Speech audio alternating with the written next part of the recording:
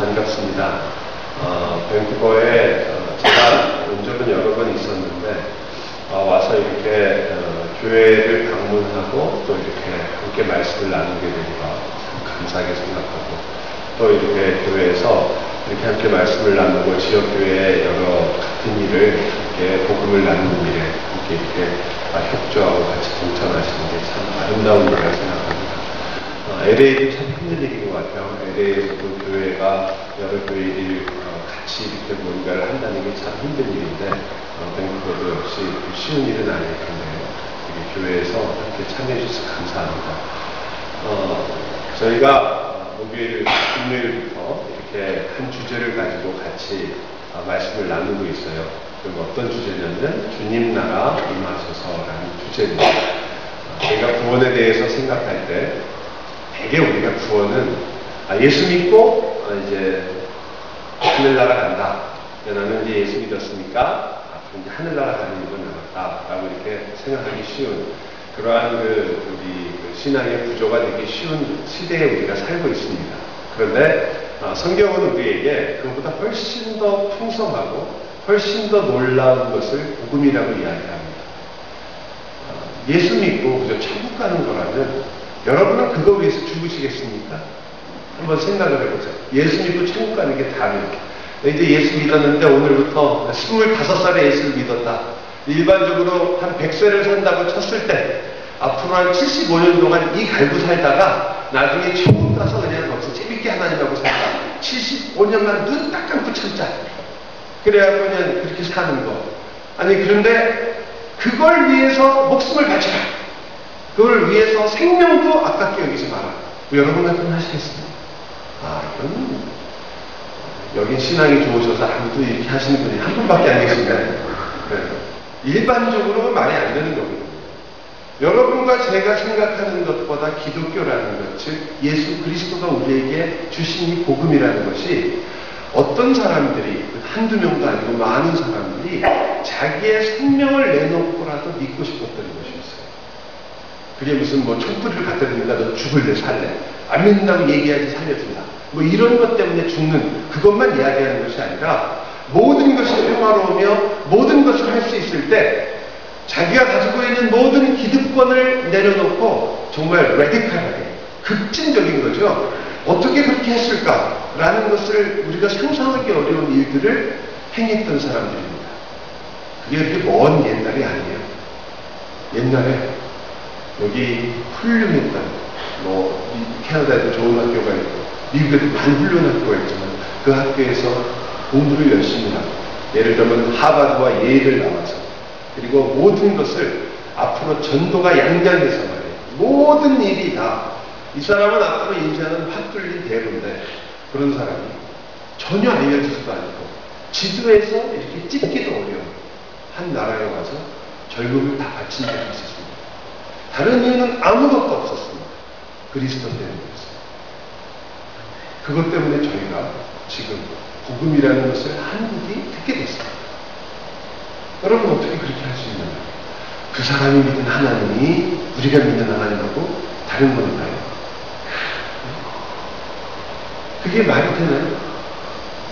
아니 분명히 한 하나님을 믿고 있는데 어떻게 우리와 그분과 이렇게 삶에 있어서 차이가 날 수 있을까? 물론 일반적인 얘기는 여기서 예수를 열심히 잘 믿고 계신 분도 있는데 이제 일반적으로 말할 때 우리가 지금 오늘날 과연 우리의 신앙 상태가 성경이 말하고 있는 그런 신앙을 우리가 갖고 있는가? 아니면 우리는 아직도 무언가 우리가 만들어 놓은 종교를 기독교라고 이름을 붙이고 그리고는 그걸 열심히 교회 와서 봉사하고 열심히 찬송도 하고 열심히 기도도 하고 나중에 가서 아닌가요? 이러면 어떠실까요? 이게 아니라고요. 여기 혹시 이북에서 오신 분이 있을지 모르는데 저희 아버님이 이북 분이시거든요. 저희 아버님이 항상 제가 얘기하다가 아버님 그러는 것도 있고 저런 것도 있고 그러면서 저희 여동생을 갖다가 자꾸 괴롭혔거든요. 괴롭히면 아버님이 꼭 그렇게 얘기하세요. 민하게 놀만 아시는지 모르겠어요. 민하게 논다는 말이에요. 근데 제가 예수님을 믿고 하나님을 쫓아간다고 얘기하는데 계속 우리가 하나님이 원하시는 방향하고는 전혀 다른 방향으로 살면서 주님을 믿는다, 또 예수를 믿는다, 내가 하나님을 믿는 구원받은 백성이다라고 계속 우기면 하나님이 그러실 것 같아요. 미나게 노는만 네? 무리하게 안 그러시겠어요? 오늘 본문은 말이에요. 그런 면에서 복음이 무엇인가를 우리에게 설명해 주는 아주 중요한 이 부분 중에 한 부분입니다. 유다 총독이었던 베딕스가 떠나고 이제 새로운 총독이 부임을 했어요. 베스도라는 총독이. 그리고는 2년 동안이나 감옥에 갇혀있던 바울을 불러내서 만나자고 합니다. 그리고는 바울을 만난 다음에 결정을 해요. 이건 아그리빠라고 하는 당시 유대 왕에게 한번 보여주고 싶은 거예요. 그래서 아그리빠 왕을 만나게 됐을 때 이제 바울과 아그리빠 왕이 드디어 만나게 됐습니다. 그런데 바울이라는 사람이 어떤 사람이에요? 전에 얼마나 많은 그리스도인들을 핍박했던 사람이에요. 그런데 그 사람이 지금 아그리빠 왕을 만났는데 아그리빠 왕과 이 바울과의 이야기의 내용은 뭐였냐면 너는 왜 그리스도를 위해서 2해나 2년 동안이나 이 감옥에 갇혔느냐가 주요 이슈예요. 지금 못하고 그 전까지 그토록 핍박했던 그 바울이 왜 지금은 그 예수 때문에 이 감옥에 들어와 있는 거죠? 무슨 이유? 여러분 어떻게 생각하세요? 우선 그러면 저희가 좀 생각을 해볼 때 먼저 생각할 게 뭐냐면 바울이 도대체 가졌던 이 감옥에 가기 전에 왜 핍박을 했을까? 왜 그리스도인을 그토록 죽이려고 했을까? 왜 그렇게 쫓아다녔을까? 여러분 뭐 설교를 많이 들으시고 주일학 때부터 교회 생활 하신 분들은 다 아실 거예요. 바울이 그때 그저 이 대제사장들한테 딱 해가지고 가서 예수 믿는 사람 이단과 마찬가지니까 그들을 잡아갔던 것이다. 그런 이야기 대충 아실 겁니다. 그러다 정말 이유가 뭘까요? 예수 믿는 사람이 미워서? 왜 미웠을까요? 뭐가 문제였을까요? 바울이 가지고 있던 신화의 가장 근본적인 태도는 율법에 대한 끝없는 충성심이죠.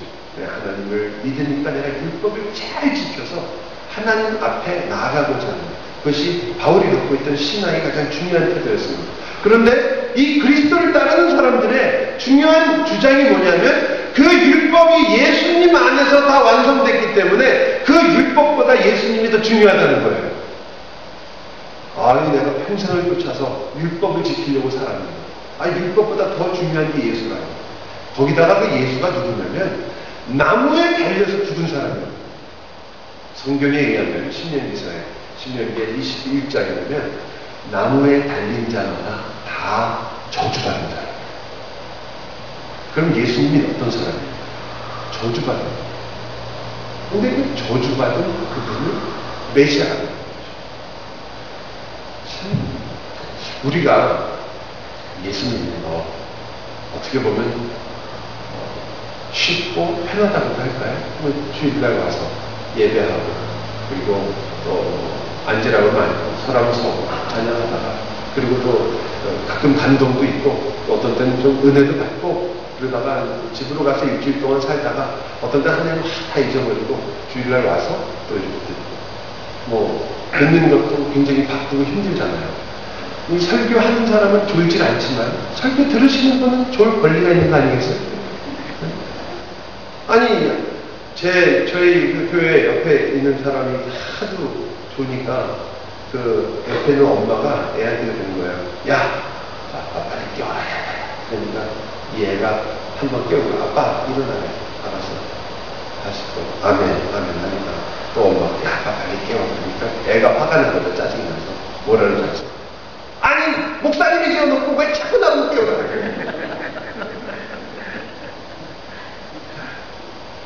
그렇게 신앙생활이라는 게 뭐 항상 열렬하고 뜨겁고 열정적이고 주님 없이 못 살겠습니다. 뭐 찬송할 때 잠깐 그런 기분이 들긴 하는데 그러나 여러분 일주일 동안 사는 동안 다 풀어지는 것 같지 않아요? 이게 진짜 예수 믿는 거예요. 예수 믿는 게 요 정도밖에 안 된다면 우리가 과연 예수를 어떻게 믿어야 되는지 이게 좀 믿을 가치가 있는 것인지 생각해 볼 수가 없어요.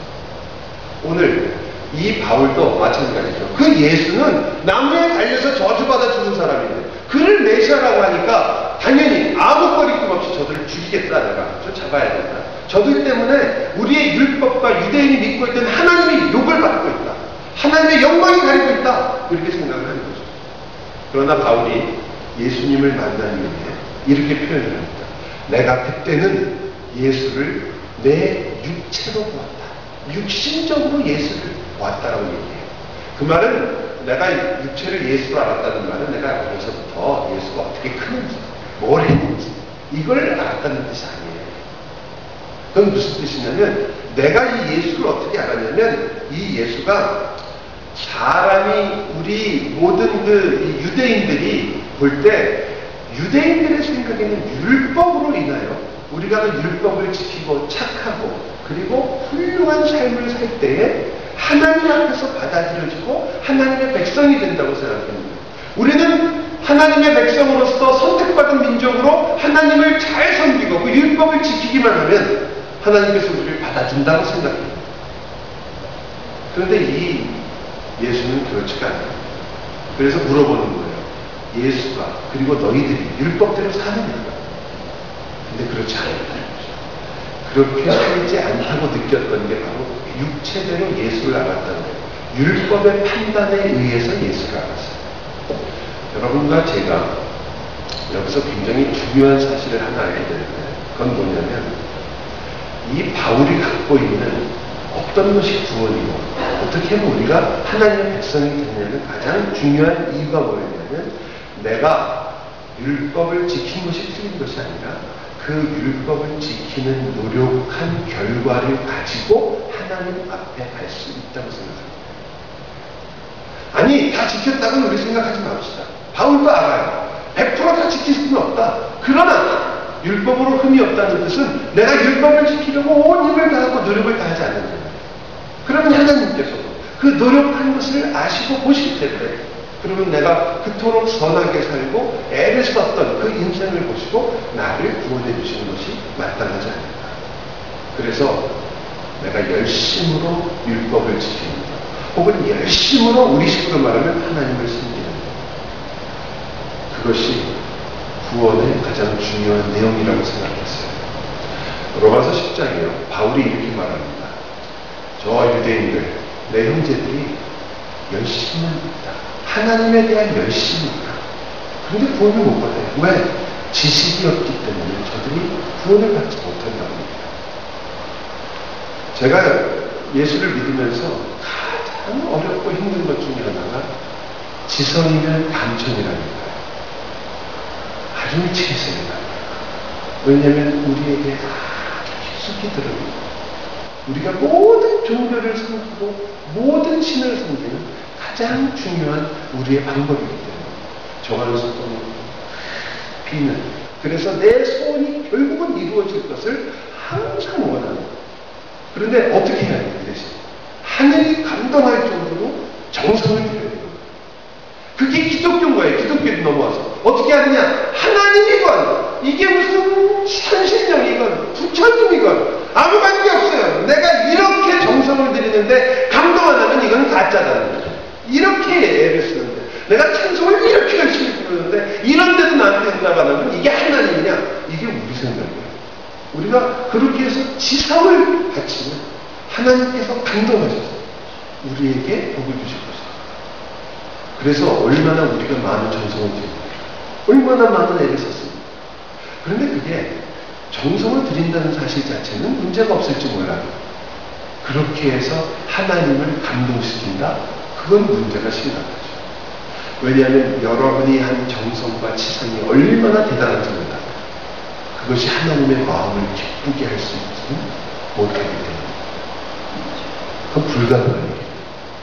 하나님은 거룩하고 선하시고 하나님은 의로우신 분인데 우리가 가지고 있는 것을 아무리 깨끗하게 씻어서 하나님께 갖다 드린다고 할지라도 그것이 하나님이 받으시기에 합당한 것은 아닙니다. 결국 우리에게는 굉장히 어려운 질문이 하나 생기는 거죠. 우리는 우리의 노력으로 하나님께 나아간다는 것이 얼마나 성경에 의하면 어불성설, 말이 되지 않는 것인가를 깨닫게 됩니다. 그러나 저와 여러분이 또 하나 이 바울의 이야기로부터 알아야 될 것은 바울이 생각했던 메시아가 아니에요. 육체로 메시아를 알았다고 말할 때 바울은 이렇게 생각한 거죠. 그 당시 모든 사람이 다 똑같았어요. 다윗 왕조가 복원되어가지고 로마가 우리를 침략해서 우리를 지금 압제하고 있는데 그 로마 제국을 몰아내고 다윗 왕조처럼 그 위대한 이스라엘을 다시 세워줘요. 그게 메시아예요. 그 메시아를 기다렸어요. 그런데 그 메시아가 나무에 달려서 죄인을 위해서 죽었다. 우리 같은 의인을 놔두고 죄인을 위해서 죽었다. 이거 이해가 안 가는 거죠. 그렇기 때문에 바울은 도저히 이 예수 그리스도를 성경이 말하는 대로 볼 수가 없었어요. 나는 율법을 따라 살았고 율법에 의해서 나는 흠이 없을 정도로 온 힘을 다해 살았다. 나는 세상에서 죄 짓지 않고 살려고 노력했다 이거죠. 물론 우리가 율법학자도 아니고요. 바리새인도 아니고 더구나 유대인은 더욱 아닙니다. 그런데 저와 여러분이 항상 똑같이 만들어내는 구원이 있어요. 저랑 여러분이 예수를 믿기만 하면 다 되는 것 같지만 하나님이라는 신을 섬기면 다 되는 것 같지만 그러나 우리가 이 구원의 문제를 얘기할 때는 우리에게 굉장히 큰 어려움이 있는데 그게 뭐냐면 우리는 우리가 만들고 싶은 구원이 있어요. 그게 뭐냐?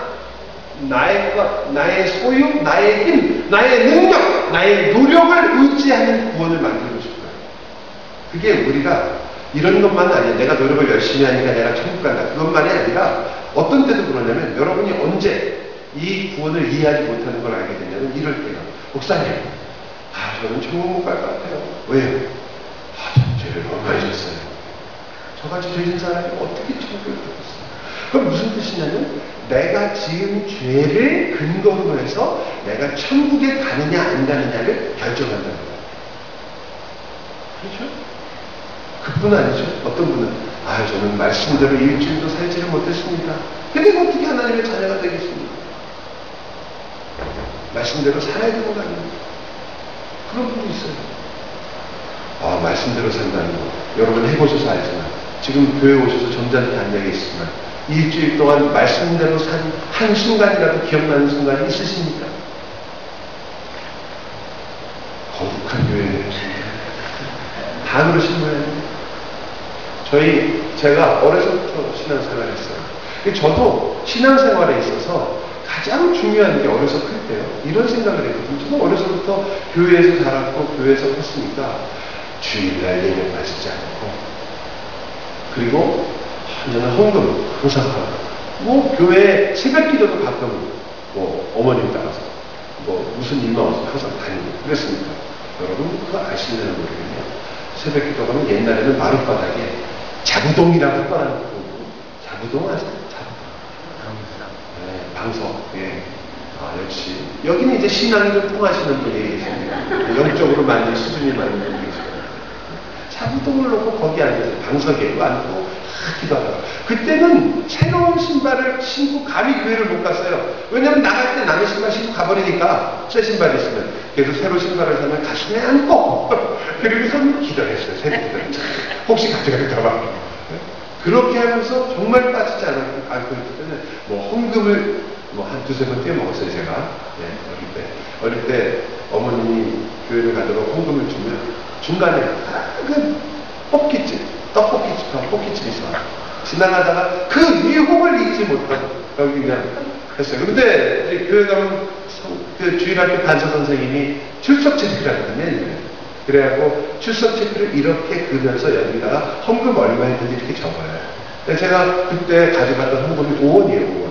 5원 헌금을 이제 갖고 갔는데 헌금을 안 갖고 오니까 선생님이 교회 중직자인 집사님 아들이 헌금을 안 갖고 왔으니 물어볼 거 아니에요. 얘가 헌금을 안 갖고 왔네요. 그럼 저희 어머님이 신앙했어요. 좋으셨어요. 그러셔가지고 제가 집에 갔더니 물어보시면 너 오늘 헌금 했냐? 헌금 안 했다던데? 그러면 제가 어떻게 대답을 했을 것 같아요? 떡볶이 사 먹느라고 없었습니다. 제가 그럴 얼굴인가요? 절대 아니죠. 가다가 잊어버렸다. 어머님이 알면서도 속아주시고 뭐라 그러냐면 알았다. 내가 이제부터 10원을 줄 테니까 5원은 가다가 떡볶이 사 먹고 5원은 꼭 헌금을 해요. 제가 이렇게 지혜로운 어머니에게 속았습니다. 저는 별로 지혜롭지 못했습니다. 그렇게 해서 어릴 때 교회라는 것이 저는 그 교회 바깥에 나서는 것도 안 된다. 주일날 교회 안 온다. 그건 말도 안 되고, 술, 담배도 너무 일찍 끊어가지고, 크면서 한 번도 술, 담배 쪽으로 가본 적도 없어요. 너무 일찍 초등학교 때 끊어버리는 거라. 그래서 이 신앙생활을 했는데, 제가 그렇게 신앙생활을 열심히 하면, 그렇게 교회생활 열심히 하면 천국 가는 줄 알았어요. 정말. 아니, 밖으로 가본 적도 없어요. 제가 무슨, 그런 삐딱하게 옆으로 가본 적도 없는데, 그렇게 살면 저는 이 정도면은 하나님께서 구원할 사람이라고 생각했어요. 예수님을 만나기 전까지. 제가 그래서 이 문제에 굉장히 민감해요. 우리 성도들이나 또 여러분들을 볼 때도 여러분 중에 이미 구원의 진정한 체험을 하신 분들이 있겠지만, 그러나 아직도 어디다가 내 구원의 이 밭을 내려야 할지 모르는, 교회에 와서 있어서 한참 시간이 지나면 이런 질문하는 것도 우습잖아요. 당신 구원받았습니까? 되게 웃긴 거예요. 교회 온 지 15년이 지났는데 목사님이 갑자기 당신 구원받았습니까? 안수 집사님도 되고, 어떤 분 장로님도 되고, 어떤 분은 그냥 집사님이 돼서 열심히 교회 봉사하고 있는데 구원받았습니까? 하나님 알아서 해주시겠지요. 아니, 천국과 지옥을 믿습니까? 하나님, 천국은 많으셨죠. 갈 자신 있습니까? 목사님, 자신있다. 어떻게 감히 무슨 자신을 하고 하나님이 도와주시면 약간 굉장히 겸손하게 대답하세요. 그러나 그건 겸손하고 좀 다른 문제예요. 왜? 그런 것에 있어서 우리는 확신이라는 것이 없습니다. 왜냐하면 구원을 우리가 명확하게 이해하지 못합니다. 여러분도 이렇게 생각하지 않으세요? 나 믿었으니까 구원받는 거예요. 아마 그런 분은 굉장히 많을 거예요. 아마 여러분 중에.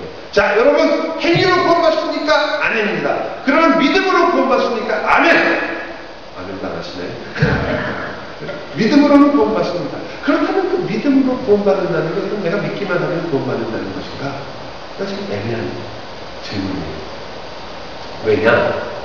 여러분이 믿음이라는 것도 자칫 잘못하면 내가 가지고 있는 하나님 앞에서의 조건이 될 때가 있어요.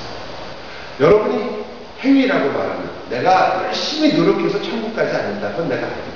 내가 법을 하나도 안 어기고 율법 잘 지켜서 천국 갈 수 있느냐? 없다. 그건 다 이해하세요. 그런데 믿어서 가는 건 다 아니에요. 왜냐하면 믿음은 그렇지 않다고 생각합니다.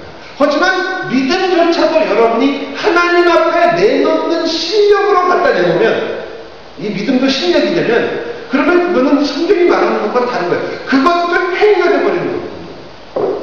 믿음이라는 것은 어떤 뜻이냐면 하나님에게만 의지한다는 뜻이지 여러분의 것이 아니에요. 그래서 성경이 믿음을 뭐라고 말해요? 선물이라고 하죠. 믿음을 선물이라고 얘기하는 것은 여러분이 갖고 있는 믿음을 키워서 내 믿음이 이렇게 커지면 하나님의 나라에 들어갈 수 있는 믿음이 생긴다는 게 아니에요. 그게 행위예요. 그런 게. 그건 행위고, 여러분이 믿음을 키워서 가는 것이 아니라 성령 하나님의 놀라운 역사로 여러분이 하나님의 자녀가 되는 그러한 놀라운 하나님의 백성이 되었을 때 여러분에게 결과로서 고백되어지며 여러분에게 나타나는 것이 바로 믿음이라는 고백이에요. 그 믿음의 고백을 잘했기 때문에 천국 가는 게 아니에요. 그러니까 입술로 시인만 하는 게 아니라 마음으로 믿어 의인이라고 그러잖아요. 그러니까 마음으로 믿는다는 게 무슨 말이에요? 그래서 우리가 믿음이라는 문제 자체도 과연 믿는다는 게 무엇인지를 헷갈릴 수도 있다는 거죠. 진짜 구원이 무엇인가를 오해하는 거예요. 성경에 이 부분을 아주 잘 설명하고 사실 정상에 오를 만한 그러한 좋은 구절이 하나 있는데 마태복음 7장에 있어요. 제가 찾지는 않을게요. 마태복음 7장에 보면 우리가 되게 놀랄 만한 구절이 하나 나오는데 이런 거예요. 주님을 만났어요. 어느 날. 그날의 성경은 마지막 날이라고 말하죠. 마지막 날에 주님을 만났어요. 일단은 누리고. 그리고는 주님께 얘기하는 거예요. 주님께. 우리가 주의 이름으로 선지자를 했습니다. 우리가 주의 이름으로 귀신을 쫓아냈습니다. 우리가 주의 이름으로 번능을 하겠습니다. 예수님이 착하고 충성되구나. 너희들이 그렇게 나를 위해 했었구나. 천국에 같이 들어가자. 이렇게 안 하시고 불법을 행하는 자들아 내게서 떠나가라 이렇게 얘기했어요.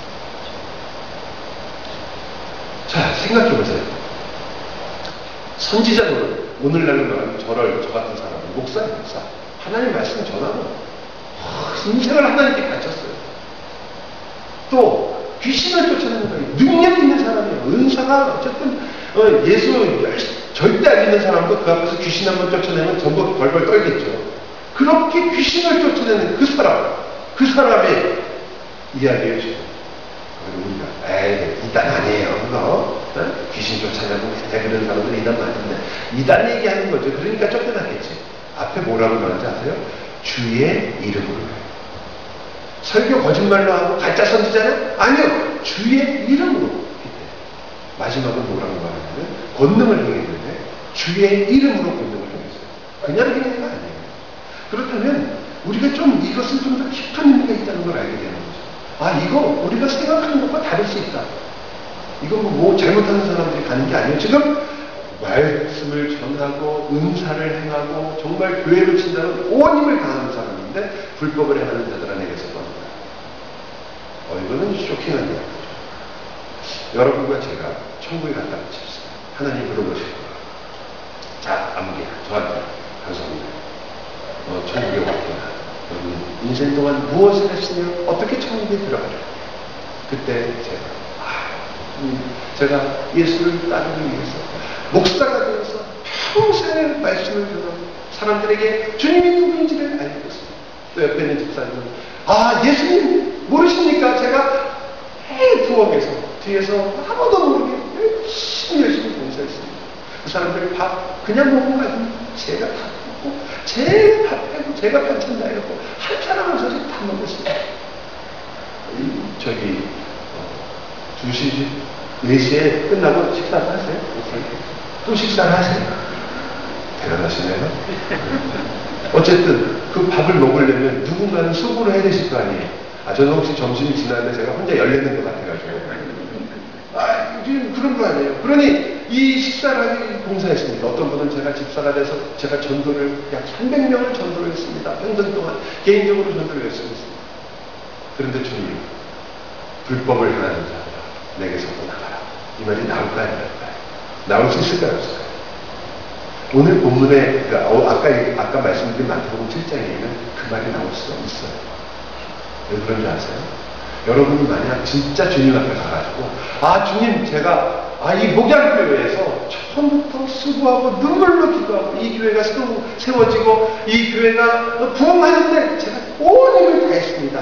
불법을 행하는 자들아 내게서 떠나가라. 이럴 수 있다는 거예요. 주님 제가 찬양대에서 온 힘을 다해서 주님을 찬양했습니다. 보셨잖아요. 주님 천국 계실 때 우리가 이렇게 찬양하는 모습 보셨잖아요. 제가 얼마나 노력했습니까? 얼마나 애썼습니까? 정말 전심으로 찬양했습니다. 불법을 행하는 자들아 내게서 이럴 수 있단 말이에요. 이거 얼마나 쇼킹한 거예요. 그러지 않아야 되는데 왜 그러느냐? 여러분이 한 일이 잘못한 게 아니에요. 주의 이름으로 선지자 그 일을 한 게 뭐가 잘못이겠어요? 주의 이름으로 귀신을 쫓은 것이 무엇이 잘못이겠어요? 뭐가 문제냐면 우리 뿌리 깊은 우리 속에 뭐가 있냐? 여러분이 주님 앞에 나가서 이렇게 얘기해요. 주님, 제가 그것을 한 것은 오로지 하나님의 은혜로 한 것이니 내가 한 것은 아무것도 없고 여러분이 뭘 내놔야 되냐면 오직 주 예수 그리스도를 내놔야 되는 거예요. 예수님을 내놔야 되는 자리에 여러분은 저는 내가 한 설교와 내가 했던 일들과 내가 얼마나 섬겼고 얼마나 봉사했는가. 주님 저는 무익한 중입니다. 예수 그리스도 때문에 여기까지 왔습니다. 이 말을 해요. 그런데 그게 아니라 우리는 기억나는 게 뭐예요? 내가 집사로 몇 년 동안 일했고 내가 목사로 설교를 얼마나 열심히 했고 내가 2011년에는 목양교회까지 와서 이렇게 애를 쓰면서 설교를 했다. 그럴 거 아니에요. 그랬을 때가 문제라는 거예요. 그게 기억나서 그것이 나의 하나님 앞에 그것을 내놓을 수 있었을 때 저와 여러분이 하나님 앞에 내놓을 수 있는 것은 단 한 가지 예수 그리스도와 그분의 십자가와 그분의 보혈과 그분의 부활 예수 그리스도밖에 없고 아멘. 그것이 아니에요. 저와 여러분 정말 불법을 행하는 자들이에요. 그래서 내게 떠나가라. 얼마나 무서운 말이에요. 그렇기 때문에 이제 여러분이 거기까지 이해하셔서 그렇구나 이럴 수 있구나. 그렇다면 이제 중요한 게 뭐냐면 그렇다면 내가 진정 하나님 앞에 받아들여지는 구원이라는 게 무엇인가? 구원의 내용이 뭐냐? 그것을 오늘 사도 바울이 아주 간략하게 잘 이야기하고 있어요. 우리 사도행전 아까 읽었던 26장에 한 절만 한 번 더 같이 읽겠습니다. 18절입니다. 18절 같이 한번 읽겠습니다. 성경책 바꾸셨던 분들은 얼마나 용용 죽을까요, 지금? 네. 아니면 보여주십니다. 배반당한 기분이에요. 자, 18절 같이 읽겠습니다. 시작. 그들을 위하여 어둠에서 빛으로 사탄의 권세에서 하나님께로 돌아오게 하고 죄의 사람과 나를 믿어 거룩하게 된 우리 가운데서 기업을 얻게 하리라 하더이다. 예수님이 하신 말씀이에요. 너 가서 이거 전해라. 이 말은 무슨 뜻이냐면 구원을 전할 때 구원의 내용이 뭐냐면 눈을 뜨게 한대요. 어둠에서 빛으로 오게. 물론 여러분 이 구절은 너무너무 풍성해서요. 어둠에서 빛이란 말 자체가 벌써 이 창조를 이야기하고 있거든요. 성경에도 나와 있지만 어둠 속에서 빛이 있으라 하신 그분께서 그 얼굴의 영광을 아는 빛을 너에게 비추셨느니라. 이게 구원이거든요.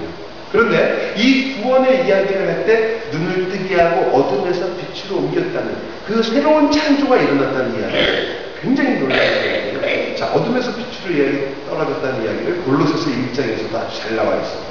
골로새 1장에서 보면 하나님께서 그 13절과 14절에 내가 너희를 어둠의 권세로 건져내서 얼른 옮겼던 하나님의 아들 예수 그리스도의 나라로 옮겨갔다고 해요.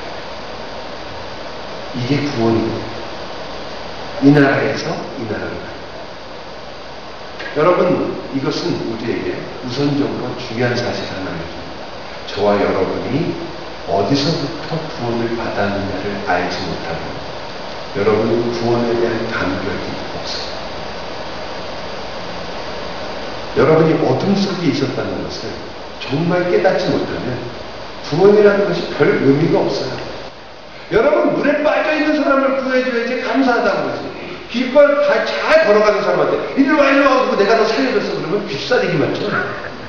안 그러겠어요?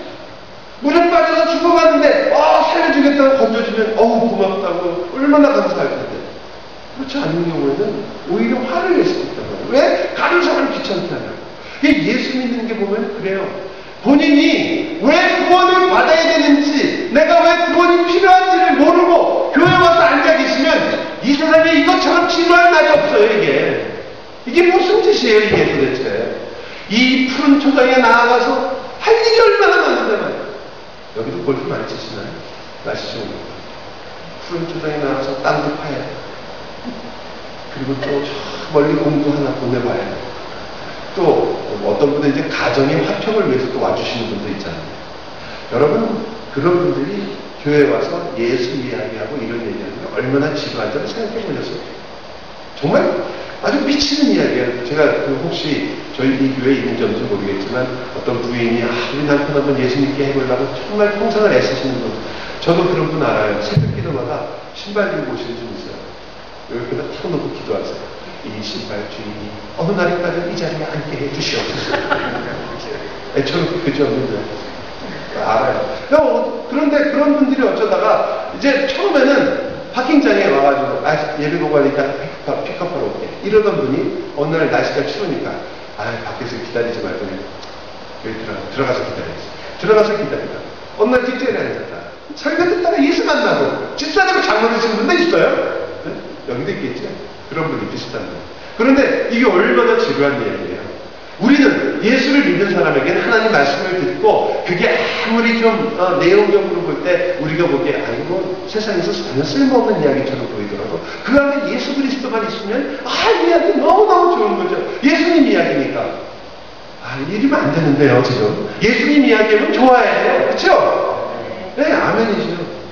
왜? 내가 사랑하는 사람 이야기를 하고 있어요 지금. 제가 7년을 연애했어요. 저희 큰아들이 대학을 졸업하고 대학원에 갔어요. 그럴 땐 좀 놀래주셔야지. 제 목사님 아들이 어떻게 제 안 여쭤봤는데 어쨌든 제가 7년을 연애했는데 그 연애하는 내내 가장 중요한 화두가 뭐냐? 이 여자가 제일 좋아하는 게 뭘까? 뭘 하면 기뻐할까? 뭘 하면 내가 결혼하자고 했을 때 노를 안 하고 넘어와 줄까? 노심초사하는 거죠. 신세계 백화점 3층 여자 화장실 옆에서 여자 핸드복 들고 30분 동안 기다린 적도 있어요. 어떻게든 한번 해보려고. 7년 동안 연애를 했는데요. 그 연애를 하는 동안에 행복했어요. 너무, 지금도 뭐 행복하지만 그때 행복했어요. 왜냐? 사랑하는 사람을 내가 어떻게 하면 기쁘게 할까라는 생각으로 하루하루를 보내니까요. 여러분, 예수님을 사랑하게 되면 예수님 이야기가 재밌는 거 아니에요. 그분에 대한 이야기가 즐거워요. 여러분의 신앙이, 내 신앙이 좀 문제 있구나, 아니구나, 뭐 아는데, 뭐 성경책을 읽다가 자꾸 졸음이 온다, 기도하는데 딴 생각난다, 그 정도로 생각하지 마시고, 내가 예수님을 생각했는데, 마음에 아무런 감동이 없다. 마음에 아무 생각도 안 난다.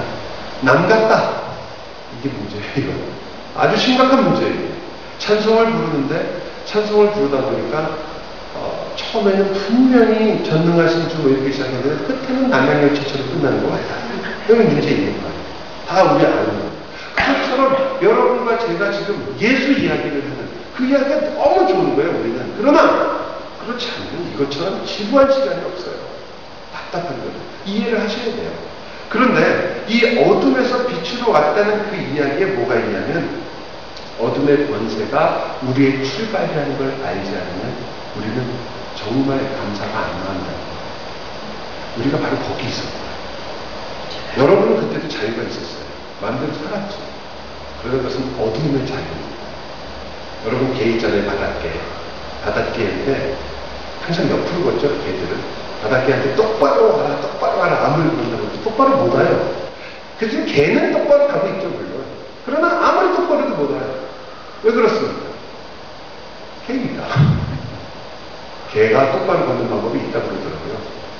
술 취하게 걷는데요. 진짜인지 아실라? 우리가 어둠에 있을 때는 우리가 자유롭게 살았어요. 나름대로 깨끗하게 사는 것 같았어요. 나름대로 나는 남에게 양심상 괜찮은 사람으로 사는 것 같았어요. 그런데 그게 어느 길이었어요? 옆으로 가는 거예요. 자기도 난 앞으로 간다 그러는데 옆으로 가는 거였어요. 그게 어둠의 자유예요. 자유가 있는 것 같지만 사실은 어둠 속에 있는 거예요. 그 여러분을 건져내는 거예요. 많은 그리스도인들이 감사를 자꾸 잊어버리는 이유 중에 하나는 본인들이 내가 제로였을 때, 내 인생이 제로였을 때 하나님이 나를 찾아와 나를 지금까지 인도하 여기까지 왔다고 자꾸 생각하기 때문입니다. 그래서 인생을 살다 보면 예수를 믿다가 보면 만만하지가 않거든요. 힘들거든요. 주님을 따라서 평생을 살고 싶은데 이 주님을 따라가는 게 너무 힘들거든요. 그러니까 어떤 때 좌절하고 절망하고 엎어지고 자빠질 때가 있어요. 그러면 이분들이 생각하는 거예요. 야, 주님이 이만큼 끌고 가서 한 100종 갔더니 이게 웬 태풍이 불어가지고 확 뛰어가지고 예수 믿어도 손해보고 마이너스로 잡고 예수 믿으면 행복하기도 하고 일도 잘 되고 애들도 말을 좀 잘 듣고 기도하면은 남편도 편해서 그냥 뭔가 다른 사람이 될 줄 알았더니 이건 더 하는 거예요.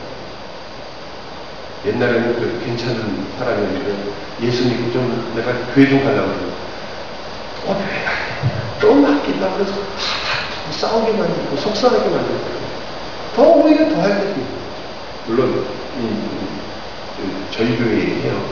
남의 교회 얘기가 여기 왔으니까 저희가 욕을 해도 되는 거 아니에요. 어떻게 알겠어요? 본인들이 무슨 신통력이 있지 않은가. 그럼 얼마나 그런 얘기 말고 많겠어요. 그런데 여러분 그러한 상황 속에서 우리가 점점 내 인생이 불행한 것처럼 보일 때가 있대요.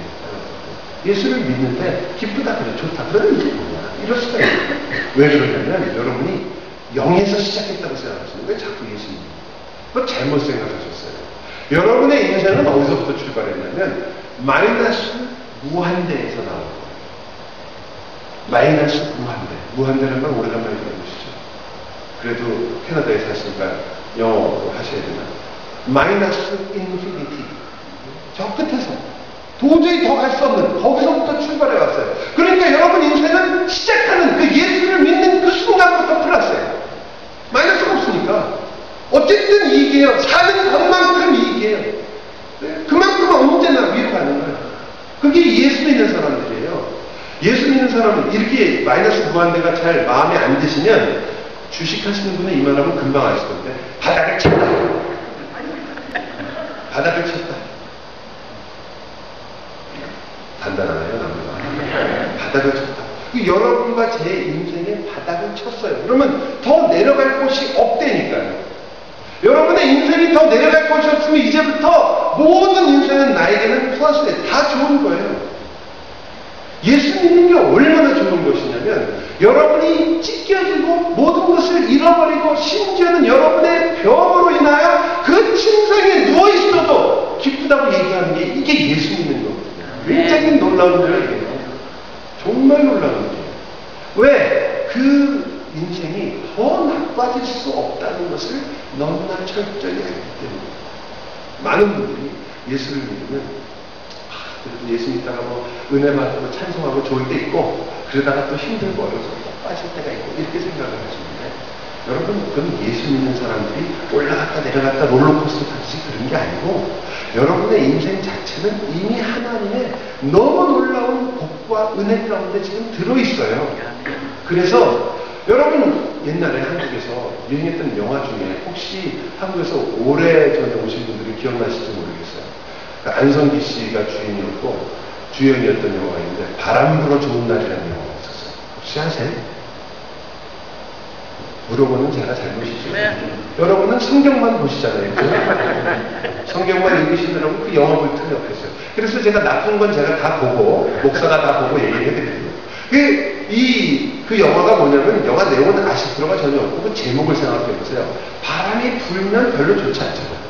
비가 오면 좋습니까? 꼭 좋은 거 아니에요. 비가 오면 별로 안 좋아요. 그런데 바람 불어서 좋은 날이다. 왜 그러냐? 하나님이 주신 날인데 어떻게 나쁜 날인데? 야, 그건 진짜 멋있는 말 아니에요? 자, 하나님이 주신 날이니 하나님이 내 인생에 허락하신 날이니 바람이 불어도 바람 불어서 좋은 날. 눈이 오면요. 눈이 와서 좋은 날. 비가 오면요. 비가 와서 좋은 날. 햇볕이 쨍쨍 쬐면 햇볕이 쬐서 좋은 날. 여기까지는 다 아멘하세요. 그런데 어느 날은 이런 날이 있잖아요. 내 자동차 옆을 누가 찌 긁고 간 날. 옆을 누가 자동차를 찌 긁고 가서 나쁜 날? 어렵죠? 근데 그게 예수님입니다.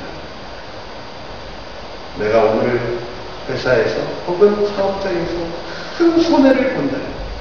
큰 손해를 봐서 눈물이 앞을 가리죠. 마음이 아프시다. 그래서 그런 왜 좋은 날이냐? 하나님이 나에게 주셔서 내 인생이 여기가 끝이 아니고 내 사업과 내 돈이 내 인생의 전부가 아니라 하나님의 나라를 바라보는 사람으로서 나에게는 가장 위대한 주님의 은혜와 그 사랑으로 내가 살아가는 그 사람이라는 것을 알기 때문에 좋은 날, 아멘. 너무 좋은 날, 아멘. 여러분의 인생이 바로 그 좋은 날 가운데 있습니다. 출발선이 분명하다면 이제 마지막으로 이 나라에서부터 옮겼을 때 어디로 옮겼냐면 목적지가 분명해야 돼요. 아들의 나라로 옮겼습니다. 그래서 여러분이 이제 더 이상 사탄의 권세로부터 하나님께로 돌아왔다. 죄의 권세에서 더 이상 묶여있지 않아요. 이게 놀라운 말이잖아요. 더 이상 여러분은 죄가 여러분을 주장하지 못한다. 정말 이게 복음입니다. 근데 저는 이 복음을 듣고 항상 제가 보세요. 제 얼굴을 보시면 알지만 약간 뺀질뺀질하지 않습니까? 그래갖고 항상 모든 사람이 은혜를 잘 받는 말을 저는 항상 꽂아가지고 이게 정말인가? 아니 죄를 더 이상 주장하지 못하고 다스리지 못한다는데 왜 나는 아직도 죄를 짓냐? 나 예수 믿었는데 분명히 믿었고 주님 안에서 내가 산다는 거 알게 됐는데 아니 왜 나는 아직도 죄를 짓냐? 여러분도 이상하지 않으세요? 어쨌든 설교도 그렇고 성경도 그렇고 믿음이 너무 좋은 분들하고는 하는 게 아니에요. 믿음이 너무 좋으면 뭐든지 아멘으로 그냥 다 소화해버리니까 뭘 어떻게 던질 게 없어요. 자 생각해보세요. 아니 내가 예수 믿어서 죄로부터 해방됐다는데 나 왜 아직도 죄 속에 있는 거예요 도대체? 해방된 게 언젠데? 자 여러분 그 이야기를 여러분만큼 잘 이해할 수 있는 분들이 없어요. 왜냐? 우리가 한국에 있다가 캐나다에 오셨잖아요. 그 중에 여기는 뭐 방문하신 분도 있지만 이민을 얘기합니다. 이민을 오셔서 캐나다 시민권을 획득하는 한국 국적은 이제 끝났잖아요. 그러면 이제 나라가 바뀌었어요. 나는 똑같지만 나라가 바뀌었어요. 다른 사람이에요. 그리고 이제는 더 이상 한국 법에 의해서 적용을 받지 않죠. 이제는 캐나다 법에 의해서. 예수 믿고 옮겼다는 건 그런 의미가 굉장히 강해요. 여러분이 전에는 죄의 종이고 죄의 권세 아래 있어서 죄의 법에 따라서 심판을 받는 거죠. 법정을 걸로 가야 돼요. 그런데 이제 여기서 떠났어요. 캐나다에서 여기서 잘 살고 있는데 한국에서 들어온다고 왜 들어가요? 들어갈 이유가 없잖아요. 여기서 있는 법에 따라 살게 되는 거죠. 그런데 말이에요. 거기까지는 이해가 가는 거예요. 여러분 오늘 아침에도 그렇고 그저께도 그렇고 신문 뭐 보셨는지 모르겠어요. 여기는 무슨 신문이 유명한지 모르겠는데 혹시 여기서 뭐 캐나다 트리뷴 뭐 이런 거 보시나요? LA 같은 경우 LA 타임스. 한국 분들 그런 거 보는 분 별로 없어요.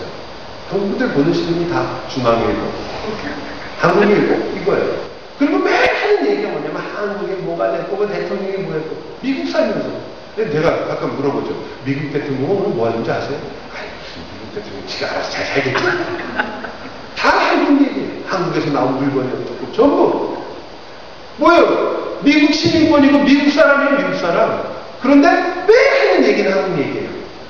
이게 바로 우리가 왜 죄를 짓고 있는지를 말하는 거예요. 이걸 신학적으로는 죄의 오염이라고 해요. 분명히 옮겨왔는데 나라는 사람이 그 옛날의 습관과 법을 아직도 갖고 있는 거예요. 제가 와보니까 밴쿠버보다 LA가 정말 좋은 건 딱 한 가지 있어요. 우리 디즈니랜드가 있어요. 없죠 이렇게. 제가 디즈니랜드 벤치를 봤을 때 얼마나 감격했는지 몰라요. 제가 어려서부터 봤던 그 텔레비에서 맨날 봤던 그 디즈니랜드를 처음 와보니까 가가지고 야, 이 디즈니랜드 너무 좋다. 그런데 들어갔는데요. 탈 때 있잖아요, 탈 때. 그 안에 타는 게 있거든요. 놀이동산 같은 곳이. 들어갔는데 써 있어요. 3시간 기다려. 줄이 길어가지고 3시간을 기다려요. 그런데 이 맹수 같은 미국 사람들은 말이에요. 아니 그 3시간 동안 기다리는 걸 너무 즐겁게 기다려요. 콜라나 들고 떠들고. 여러분 아시죠? 3시간 기다린 다음에 얼마 탔는지 아세요? 1분 30초. 섹시 정말 하고 싶어요. 누가 아는 사람이 있으면 알고 그냥 앞으로 가서 빨리 타고 내려와야지. 3시간을 기다려서 이거 하나를 타는 이 말도 안 되는 일인데 미국 사람들 너무 좋아하고 좋아하고 즐겁고 그래. 이게 저는 한국에서 온 줄 알고 안 돼서 한국에서 버스 탈 때 그 습관이 좀 남아있죠. 줄 잘 서야죠. 그러다 버스가 저 앞으로 가면 누가 먼저 눈치채고 뛰어가야지 자박하잖아요. 그리고 누가 뭐 앞에 들어가고 말고 해서 일단 타고 가는 거지. 아, 저 있을 때 아주 옛날 일이지. 지금은 질서가 훨씬 좋아졌겠지. 그러니 그 습관이 남아있어서 틈만 나면 새치기에서 들어가고 싶은 거예요. 그러다 그렇게 했다가는 여기도 그렇지만 얼마나 큰 창피를 당합니까? 우리의 과거의 옛 습관이 우리가 사는 방식을 그만큼 많이 잡고 있어요. 그러나 그렇다고 해서 내가 미국 시민이 아닌가요? 그런 걸 갖고 있다고 해서? 아니죠. 난 그래도 미국 시민이에요. 더 재미있게 말씀드릴까요? 아, 옛날에 아직 혹시 기억나세요? 그때 그 일본 천황이 라디오 방송으로 한국 선언하는 거 기억나시죠? 네, 고사님. 그때 들을 때 어떠셨어요? 저는 그때 너무 바빠갖고 임시정부에서 김구 선생이랑 같이 일하고 그 소리를 못 들었었는데 그거 그때 어땠어요? 자, 이제 대한민국 국민들에게 사과하고 우리가 드디어 독립을 한 거예요. 그런데 독립한 그 다음날 일본 순사를 보시고 도망가셨어요? 아니면 아이고 너희들 끝났다 이제 이랬어요? 도망갔어요. 무서운 거야. 아무 힘도 없는데. 왜 그렇습니까? 이 사실, 내가 구원을 선포받았다는 사실, 하나님이 나를 깨끗게 하셨다는 사실은 분명하더라도 우리가 그것을 내 삶 속에서 체험하고 알고 그것을 누리는 것은 시간이 걸리거나 잘 못하지. 그래서 우리가 아직도 분명히 구원받고 내가 죄에 해당되는데 아직도 이 죄의 습관이 있죠. 뭐가 다르냐? 저와 여러분 같은 죄가 짓는 것 같지만 이때와는 완전히 달라요. 이제는 내가 지금 죄와 싸우며 성령 하나님께서 내 마음속에 네가 이때 살면 안 된다라는 걸 계속 말씀해주고 있지만 계속 넘어지고 쓰러지면서도 저와 여러분은 이제 더 이상 이것 때문에 또다시 법정에 올라가서 너가 정죄받으면 너는 이것으로 인하여 하나님 하나님 앞에 저주를 받는다라는 것이 없어요. 그게 없단 말이에요. 야, 이건 정말 놀라운 거죠. 여러분과 제가 아이를 키워보셔서 아시겠지만 어린아이를 앞에 놓고 일이 원 해보셨죠? 일이 원. 그때 아이가 처음부터 얼마나 빠르고 달려오는 애가 없겠어요. 한 발짝을 뜯고 엎어지잖아요. 그럼 여러분 이렇게 하세요. 우리 일원 엎어져서 그래 너 기어서 살아. 넌 안 되면 살아. 이런 부모님도 본 적이 없어요. 어떻게 하세요? 다시 가서 이렇게 쓰고 하죠? 언제까지 하나요? 아이가 걸어올 때까지. 아이가 걸어올 때까지. 아이는 넘어지면서도 그 엄마 아빠가 앞에서 막 이러고 사탕 들고 이러고 뭐 좋아하고 그 얼굴을 보면서 그 엄마 아빠를 기쁘게 하기 위해서 걷는 거예요. 아이는 걷잖아요. 기는 게 편한 거예요. 저와 여러분이 옛날 습관이 너무 있어서 기는 게 편해요. 죄에 대충 지으면서 사는 게 편해요, 우리한테. 거짓말 하나도 안 하고 사는 건 너무 힘들고 정직하게 사는 게 힘들어요. 사실 그게 어려운 일이에요. 그냥 대충 넘어가는 게 편해요. 또 교회에도 그렇고 남도 용서해 주는 거, 용서 안 하고 그냥 모른 척하고 사는 게 편해요. 나중에 교회에서 문제가 생겼을 때 뭐 형제와 자매라는데 교회는 꼭 이상하게 원수 한 명씩 있잖아요. 그죠? 어쨌든 이렇게 성숙한 교회와 함께 제가 잘못 왔어요. 수준이 낮은 교회 왔어야 되는데 꼭 왼수가 한 명 있어요. 제가 목사지만 저도 교회 없으면 저희 집에 있어요. 왼수. 저희 둘째 아들이 저의 가장 큰 대적자예요. 원수 왼수 중에 하나예요. 걔는 저 둘째 아들은 어떻게 하냐면 한 번은 성적이 왔는데 지금은 대학생인데 어릴 때 성적을 보더니 내가 너무 공부를 잘했다. 지가 먼저 성적 보고 그래서 얼마나 잘했는지 보니까 자기가 무슨 C로 도배를 해놨어요. 야 이게 뭐가 잘했냐 뭐 얘가 A 하나 뭐 C 세 뭐냐 그랬더니 아빠 C가 뭔지 알아? 뭐야? above average. 그러니 제가 안 미치겠어요. 평균 이상이라는 거야 자기는. 그런데 뭘 더 다른다 자기야. 이날 원수가 집에 있어가지고 제가 그냥 매일 싸우고 사는데 어쨌든 여러분도 있어요. 교회에. 그런 일들이 있죠. 하나님께서 그런 것들을 허락하세요. 그렇게 해서 여러분의 삶 속에서 그런 일들이 생길 때마다 여러분이 좌절하고 자빠질 것처럼 보일 때가 있어요. 이게 너무 큰 시험이라 아이고 도통 때문에 넘어갈 수 있는 말에다가 탁 걸려가지고 이 말 때문에 너무너무 힘들 때가 있는 거죠. 그래서 그걸 어떻게 해결을 못하고 이런 시기가 있어요. 우리 인생에 언제나 있고 신앙생활이 언제나 있어요. 그것 때문에 어떤 때는 자빠질 때가 있죠. 주님 도저히 저 사람 때문에 도저히 교회가서 예배도 안 됩니다 할 정도로 힘들 때가 있어요. 그때 기억하세요. 주님이 여러분을 세워놓고 너무너무 기쁜 얼굴로 부르고 계세요. 걱정하지 마. 넘어져도 괜찮아. 좀 화내도 돼. 좀 속상해도 돼. 좀 짜증내도 돼. 그것 때문에 내가 힘들어가지고 예배 드릴 때 막 마음이 아플 수도 있어. 그러나 내가 너를 절대 포기 안 한다. 하나님이 절대 포기 안 한다. 그러면 다시 일어나서 시간이 들고 그 아버지 앞에까지 걸어올 거예요. 걸어와서 아버지 보면 팍 앉으면서 그 아버지가 이야 너무 착하고 충성된 종아 잘한다. 여러분 모두가 그 말을 하면서 사랑하는 여러분 지치지 마세요. 흔들리지 마시고 힘차게 내일부터 아니 오늘 오후부터 아니 지금 이 순간 걸어가시기 바랍니다. 아멘. 기도합시다. 주님, 저희 인생을 저희가 하나님 앞에서 생각보다 부끄럽게 그지없는 것은 저희가 주님이 주신 그 은혜와 자비를 그토록 받으면서도 이렇게 숨쉬고 살아가면서 이렇게 예배하면서 우리가 주님의 은혜를 다 알지 못하기 때문에 주님 그 사랑을 알기를 원합니다. 주님 그 은혜를 더욱 깊이 알기를 원합니다. 우리가 무언가를 시작하기 전에 내가 어디서부터 구원을 받은 자인지 주님이 나를 위해 무엇을 하셨는지를 깨닫기를 원합니다. 그 십자가가 없었더라면 이 자리에 올 자가 아무도 없으며 주님을 바라볼 리가 아무도 없다는 것을 깨닫기를 원합니다. 주님 도와주시옵소서. 주님 저희에게 그 사랑, 그